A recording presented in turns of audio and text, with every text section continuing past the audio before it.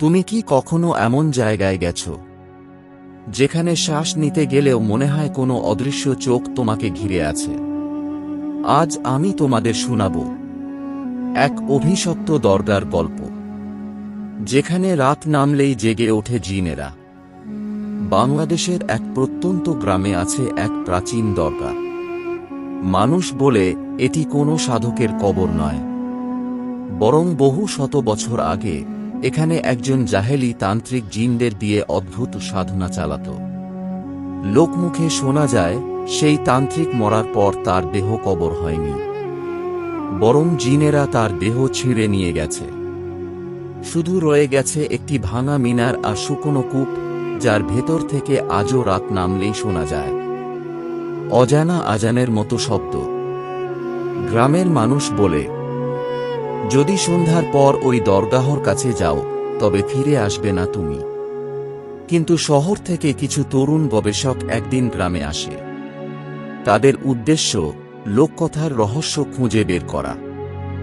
মাহি, রিফাত, তানিয়া আর হাসিব এই চারজন সিদ্ধান্ত নেয় রাতে তারা ওই দরগায় যাবে। গ্রামের মানুষ কান্নাকাটি করে বারবার অনুরোধ করে, কিন্তু তারা শোনে না, কারণ তারা মনে করেছিল এসব গ্রামীণ কুসংস্কার। রাত ঠিক 12টায় তারা দরগাহর গেট পার হয়। চাঁদের আলোয় দরগাহ যেন হাড় গোড়ের মতো দাঁড়িয়ে। ভাঙা মিনার, ভাঙা দেওয়াল আর একেবারে অন্ধকারে ঢাকা কূপ। তানিয়া প্রথম বলে ওঠে, শুনছ? কারো কান্নার শব্দ আসছে মনে হচ্ছে। মাহি মশাল জ্বালিয়ে সামনে তাকায়। হঠাৎই দেখা যায় দরগার দেয়ালে কালো ছায়া নড়ে উঠল, কিন্তু আশেপাশে কেউ নেই। রিফাত ক্যামেরা বের করে রেকর্ড করতে থাকে। ঠিক তখনই পেছন থেকে ভেসে আসে ভাঙা কণ্ঠে আজানের শব্দ। কিন্তু সেই আজান অদ্ভুত। শুরু হয় আল্লাহু আক, তারপর হঠাৎ কর্কশ চিৎকারে বদলে যায়।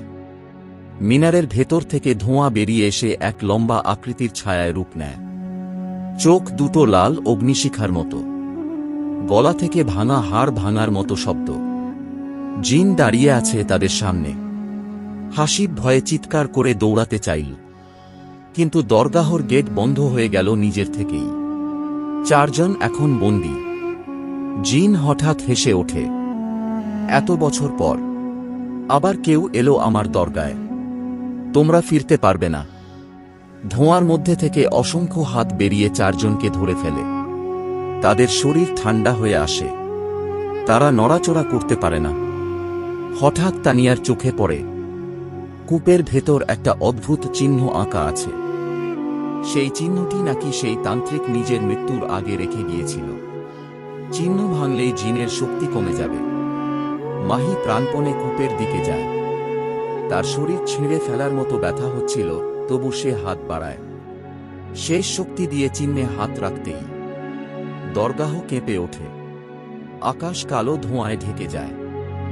জিন চিৎকার করতে থাকে, না, ওটা স্পর্শ করো না। হঠাৎ সবকিছু অন্ধকার হয়ে গেল। ভোর হলে গ্রামের মানুষ দরগার ভেতর খুঁজতে যায়।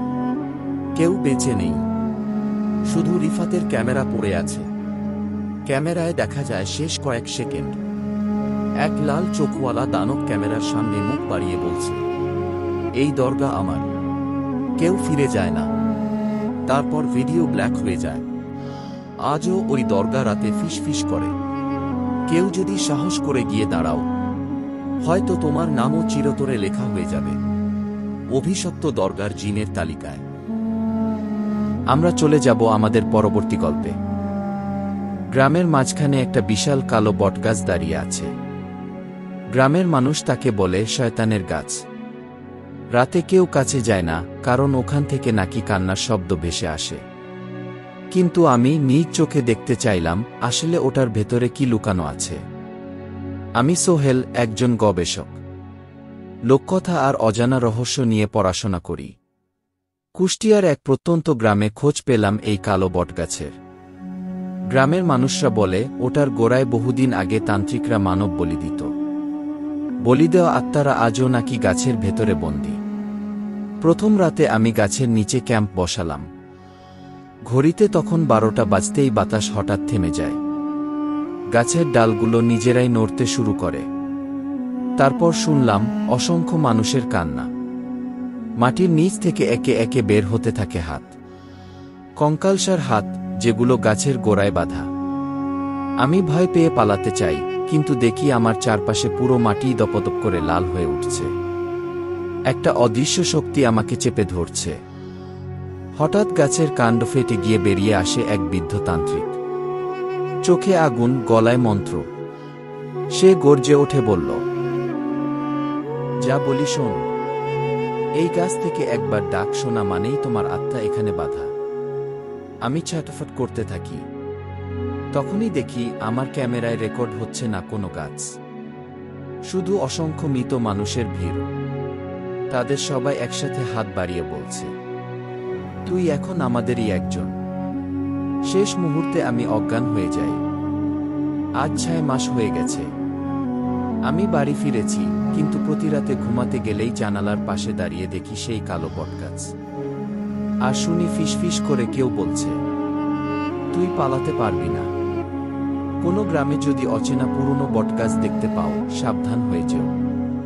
হয়তো সেই গাছেই বাধা আছে শত শত আত্মা। আর একবার ডাক শোনা মানেই তুমিও তাদেরই একজন।